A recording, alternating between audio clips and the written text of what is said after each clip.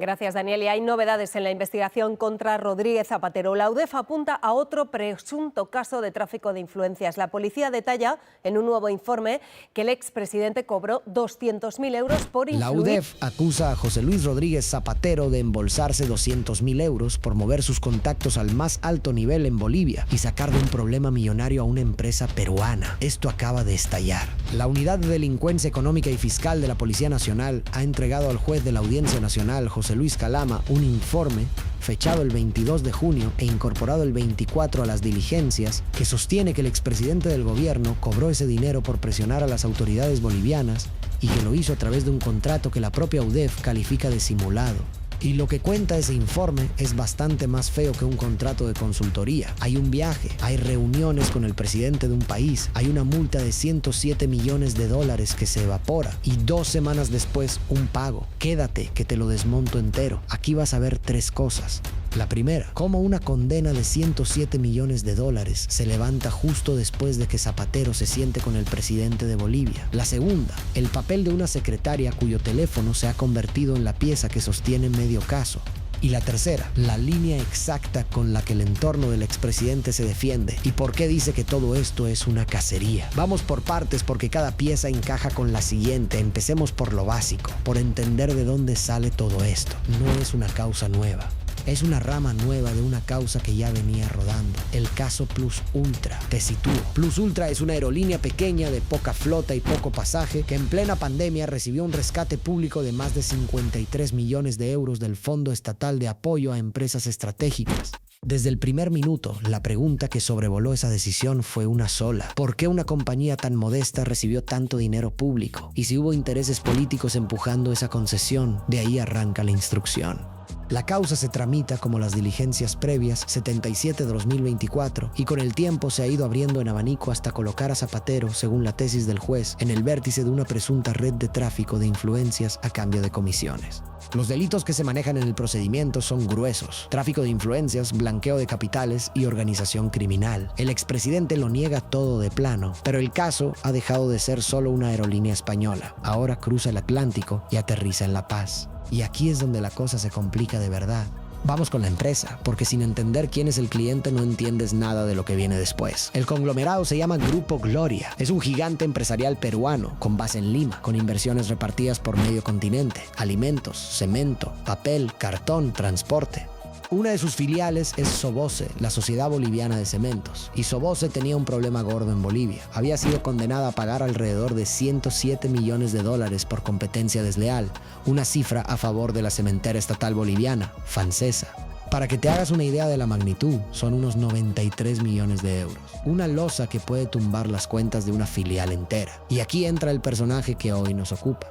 Según la UDEF, el Grupo Gloria buscó a Zapatero precisamente para eso, para que, usando su peso político y su agenda de contactos en la región, ayudara a destrabar ese conflicto y librar a su filial de la multa. ¿Y cómo se paga algo así sin que se note? Esa es exactamente la pregunta que la policía dice haber respondido en estos folios. Y la respuesta, según el informe, tiene nombre de sociedad: Focus Social Research. Es una empresa peruana con la que Zapatero firmó, en mayo de 2024, un contrato de asesoramiento anual. Sobre el papel, todo limpio. Una consultoría, unos honorarios, unas condiciones. Los honorarios pactados eran 200.000 euros, pagaderos en 3 plazos, más una dieta de 10.000 euros diarios en caso de viajes, más el abono de gastos. El problema, dice la UDEF, es que esa sociedad se dedica formalmente al marketing y la consultoría empresarial y que los servicios que de verdad se prestaron no guardan ninguna relación con su objeto social. Por eso la policía la describe como una sociedad interpuesta. En cristiano, una empresa que pone la factura para tapar lo que de verdad se estaba cobrando. La UDEF habla de un contrato simulado con una sociedad interpuesta y esa es la columna vertebral de toda la acusación. Si el contrato es de verdad, esto es consultoría legal. Si el contrato es una pantalla, esto es otra cosa muy distinta. Toda la batalla judicial se va a librar ahí. Y los 200.000 euros, según el informe, no llegaron de golpe. Llegaron en 3 transferencias y el calendario de esos pagos importa muchísimo. Una primera de 100.000 euros, abonada el 2 de julio de 2024, y 2 más de 50.000 euros cada una, ordenadas el 16 y el 20 de junio de 2025. Apunta esas 2 últimas fechas porque la segunda tanda es la que da escalofríos cuando ves lo que pasó justo antes en los tribunales de La Paz.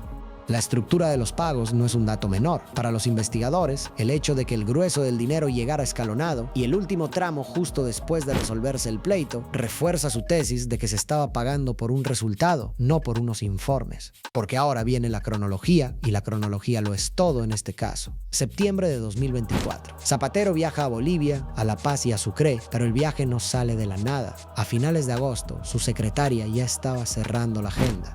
El 30 de agosto contactó con Marianela Prada, ministra de la Presidencia de Bolivia, para organizar el encuentro con el presidente del país. Y el 15 de septiembre, según la propia agenda del expresidente incautada en el registro de su oficina, Zapatero se reúne en La Paz con el entonces presidente Luis Alberto Arce y ese mismo día, antes, con el ministro de Economía, Marcelo Montenegro. La UDEF subraya un detalle que pesa como una losa. 2 días antes de esa reunión, el expresidente pidió que le actualizaran la situación de la filial del Grupo Gloria y los puntos a proponer en la negociación ante las autoridades. O sea, no iba a ser turismo de altura. Iba con una carpeta y un objetivo concreto. Y no iba solo, que es otro detalle revelador. En la comitiva de ese viaje viajaron, entre otros, el secretario general de la Organización Mundial del Turismo y 2 empresarios, los hermanos Domingo y Guillermo Amaro Chacón, una pareja de empresarios venezolanos que también están bajo el foco de la audiencia nacional. La UDEF los vincula a una sociedad Inteligencia Prospectiva que describe como una empresa sin actividad real cuyo objetivo sería introducir fondos en España. La secretaria, en sus mensajes, justificaba la presencia de uno de los acompañantes diciendo que era un empresario de empresarios, que una vez allí lo movería todo y movilizaría a otros, que él se encargaría de conseguirlo todo. La fotografía que dibuja el informe es la de una delegación con peso, moviéndose por los despachos donde se deciden las cosas, no la de un consultor que viaja con su maletín a redactar un dictamen. Sigamos tirando del hilo, porque el desenlace boliviano es lo más llamativo de todo. Avancemos a 2025. Las gestiones, dice la policía, no pararon. Hay contactos para conseguir reuniones con el ministro de Justicia, César Adalid, y se busca la vía hacia el Procurador General del Estado, Ricardo Condori, una figura que en Bolivia hace algo parecido a lo que aquí sería la abogacía del Estado. En mayo de 2025, a instancias de Zapatero, su secretaria pide ese contacto y que le avisen cuando el presidente Arce haya hablado con el procurador, para que el expresidente español pudiera llamarle también. Y el 30 de mayo de 2025 ocurre lo que tenía que ocurrir para el cliente. La Sala Constitucional Segunda del Tribunal de Justicia de La Paz da la razón a Soboce y deja temporalmente sin efecto la sentencia que ordenaba pagar la multa millonaria.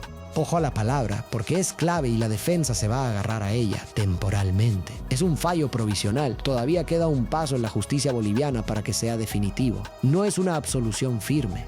Pero el resultado inmediato es que la losa de $107 millones se levanta de los hombros del Grupo Gloria. ¿Y qué pasa unas semanas después de ese fallo? Que se ordenan las 2 transferencias de 50.000 euros desde Focus Social Research a favor de Zapatero, el 16 y el 20 de junio.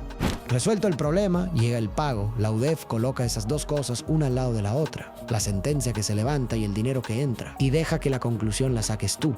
Yo me limito a ponerte las fechas en fila. 30 de mayo, el tribunal da la razón a la empresa. Mediados de junio, llegan los 100.000 euros que faltaban. El orden de los factores, en este caso, lo cuenta todo. Y la propia secretaria, según el informe, escribió poco después un mensaje preguntando si ya había cobrado lo de Perú. El detalle, otra vez, lo aporta su teléfono.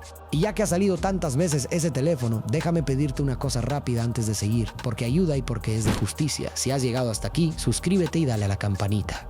Estos casos se mueven semana a semana, declaraciones citadas, informes nuevos, nuevos imputados, y aquí los vas a tener desmontados sin que tengas que leerte 64 folios de jerga policial. Te cuesta 2 segundos y a este canal le cambia la vida. Dicho esto, sigamos porque falta la pieza que sostiene buena parte del informe y no es Zapatero, es su secretaria. Hablemos de Gertrudis Alcázar. Es la histórica secretaria del expresidente y está imputada en la misma causa. ¿Por qué es tan importante? Porque casi todo el material nuevo que ha aportado la UDEF sale literalmente de su teléfono móvil y de su correo electrónico. Los agentes hicieron un primer análisis de los dispositivos que le incautaron en el registro de la oficina del expresidente y de ahí reconstruyeron toda la operativa, con quién se hablaba, qué reuniones se cerraban, qué se pedía y a quién. Según la policía, era Alcázar quien organizaba la agenda y tejía los contactos de alto nivel en Bolivia, siempre por indicación de Zapatero. Por eso los investigadores le otorgan un papel relevante en el entramado. Aparecen conversaciones con cargos del primer nivel del gobierno boliviano y los mensajes son concretos con nombres, fechas y peticiones. No es material vago, es una agenda reconstruida paso a paso. Y dentro de esa red hay un nodo que la UDEF destaca por encima de los demás, la intermediaria. Carmen Almendras, que fue embajadora de Bolivia en España entre 2007 y 2015 y que hoy trabaja como asesora de una conocida firma de lobby, en la que por cierto también estuvo contratado Zapatero. La UDEF la sitúa como el puente entre el expresidente y una directiva del Grupo Gloria, Ana María Ospina. Es decir, la red que describe el informe no es difusa ni casual. Tiene nodos con nombre y apellido, con un emisor, un puente y un receptor. La policía reconstruye intercambios concretos, peticiones de actualización sobre el tema Soboce, documentos sobre posibles acuerdos entre el Estado boliviano y la empresa, gestiones para fijar quién debía estar en cada reunión.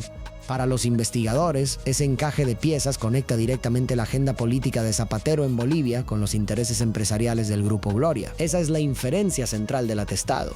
Y aquí toca poner las cosas en su sitio, porque esto es muy importante y es donde más cuidado hay que tener. Todo lo que te he contado es lo que sostiene la UDEF en un informe policial. Es una acusación, no una sentencia.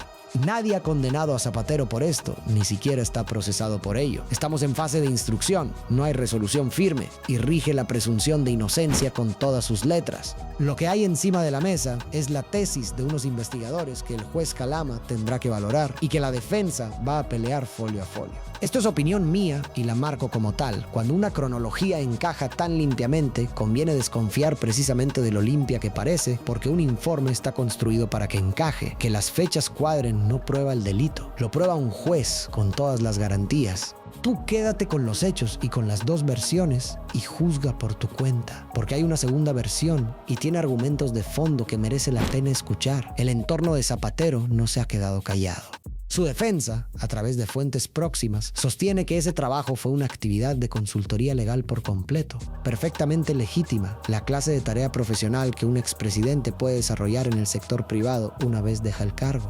Recuerdan además que en su declaración ante el juez el expresidente ya defendió que detrás de esos contratos hay trabajo real, informes de consultoría que él elaboraba y que sus hijas se encargaban de maquetar. Y lanzan una acusación de vuelta que conviene tomarse en serio. Dicen que sería inaceptable hacer una investigación prospectiva de la tarea profesional del expresidente. ¿Qué significa eso de prospectiva en cristiano? Una investigación prospectiva es ir de pesca. Es coger toda la vida profesional de una persona y rastrearla a ver qué cae, en lugar de investigar un hecho concreto y delimitado por el que se abrió la causa.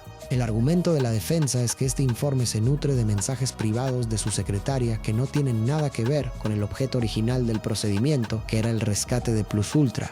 Es decir, que la policía ha entrado a investigar Bolivia aprovechando un teléfono incautado por otra cosa. Y rematan con una queja procesal de peso, que se han volcado al procedimiento agendas y conversaciones privadas enteras, sin un expurgo previo que separara lo relevante de lo íntimo, y que luego todo eso se ha publicado.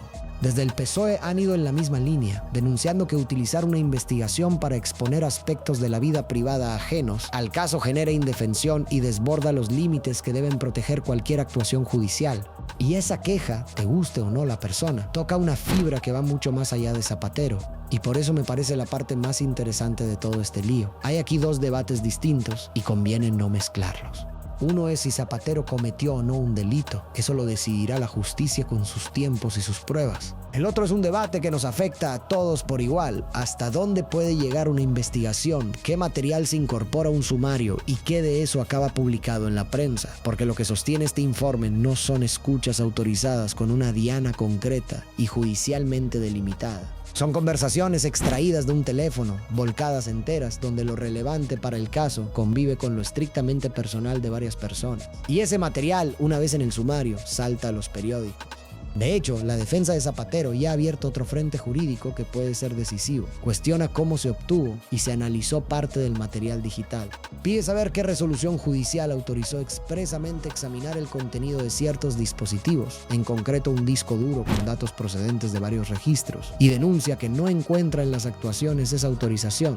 Recuerda además que parte de los datos se obtuvieron inicialmente mediante una orden europea de investigación emitida por Francia y una comisión rogatoria de Suiza, y que luego luego se emplearon en procedimientos españoles distintos. Sobre esa base, la defensa ha avisado de que podría pedir la nulidad de todo ese material si no se aclara la cadena de custodia, cómo se intervino, cómo se extrajo, con qué herramientas, quién lo autorizó y cómo viajó de un país a otro. Eso no es un detalle menor. Si un tribunal diera la razón a la defensa en ese punto, parte del castillo de pruebas se podría venir abajo, porque buena parte del relato se sostiene justo sobre esos dispositivos. Para unos, esto es un investigado poderoso buscando tumbar pruebas incómodas por la vía técnica. Para otros, es una garantía básica del Estado de Derecho funcionando como debe. Juzga tú de qué lado cae, y conviene no perder de vista el tamaño real de lo que se está investigando, porque esto no va solo de Bolivia. La UDEF no presenta el episodio boliviano como un hecho aislado, sino como una pieza más de un patrón. Lo describe como una organización dedicada al ejercicio de influencias ilícitas a cambio de remuneración, justificada siempre mediante contratos de asesoría simulados.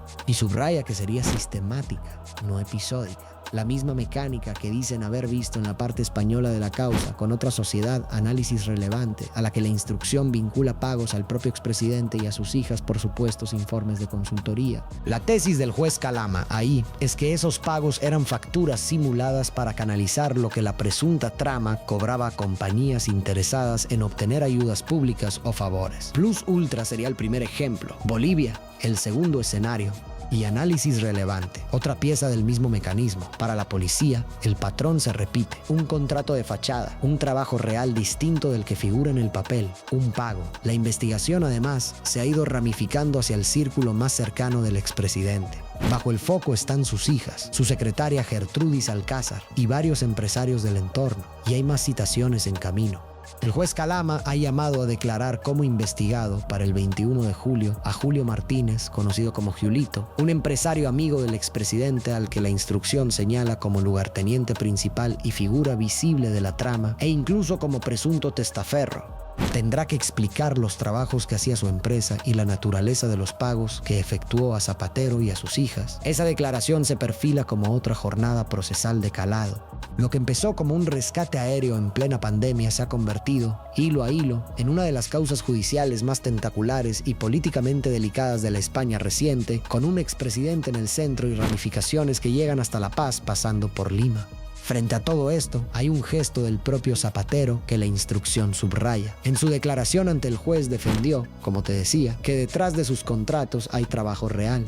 Pero cuando Calama le preguntó directamente por Focus Social Research, la sociedad peruana de este episodio boliviano, el expresidente prefirió no responder sobre ella. Acogerse al silencio es un derecho, conste, y no es una prueba de nada en su contra. Cualquiera puede ejercerlo y no se puede deducir culpabilidad de ahí. Pero en el relato del caso es un silencio que llama la atención, porque es justo la pieza sobre la que gira toda la acusación boliviana. La defensa elige sus batallas y sobre esa sociedad decidió, de momento, no librarla en sede judicial. Vamos cerrando y quiero que te lleves esto puesto. Es fácil ver una noticia así y pensar que va de un expresidente de la alta política, de un mundo que te queda lejísimos y que no roza tu vida. Y no es del todo verdad. Lo que de verdad se está dirimiendo aquí por debajo del nombre famoso y del titular ruidoso es cómo se investiga a una persona poderosa y qué precio pagamos todos por ello. Hoy el teléfono volcado entero con lo público y lo íntimo revuelto con mensajes de terceros que no vienen al caso es el de la secretaria de Zapatero. Mañana el procedimiento que se normalice con un caso mediático es el que se aplica al de cualquiera, a ti, a mí. Las garantías procesales no se inventaron para proteger al inocente de manual, se inventaron precisamente para los casos antipáticos, para la gente que nos cae mal, porque si aguantan ahí, aguantan para todos. Por eso este caso importa más allá de si Zapatero cobró o no cobró esos 200.000 euros. Así que quédate con las dos cosas a la vez, sin elegir solo la cómoda. Una, la UDEF describe una cronología muy difícil de explicar. Un viaje, unas reuniones al máximo nivel con un presidente y sus ministros, una multa de 107 millones de dólares que se levanta y un pago que llega justo detrás, todo canalizado a través de una sociedad que la policía considera una pantalla. Eso pide explicaciones y el juez tendrá que pedirlas. Y dos, nada de eso está probado todavía. Hay una defensa con argumentos de fondo sobre la legalidad de la consultoría y el modo en que se ha construido el expediente plantea preguntas legítimas que no puedes despachar solo porque el investigado te caiga bien o te caiga mal. Las dos cosas son verdad al mismo tiempo y sostener las dos sin resolverlas a la ligera es, justamente, pensar por tu cuenta en vez de tragar el titular. Cuéntame en los comentarios de qué lado te cae la balanza. Comparte el video con quien creas que debería verlo. Y nos vemos en el siguiente, que en este caso seguro que hay próximo capítulo.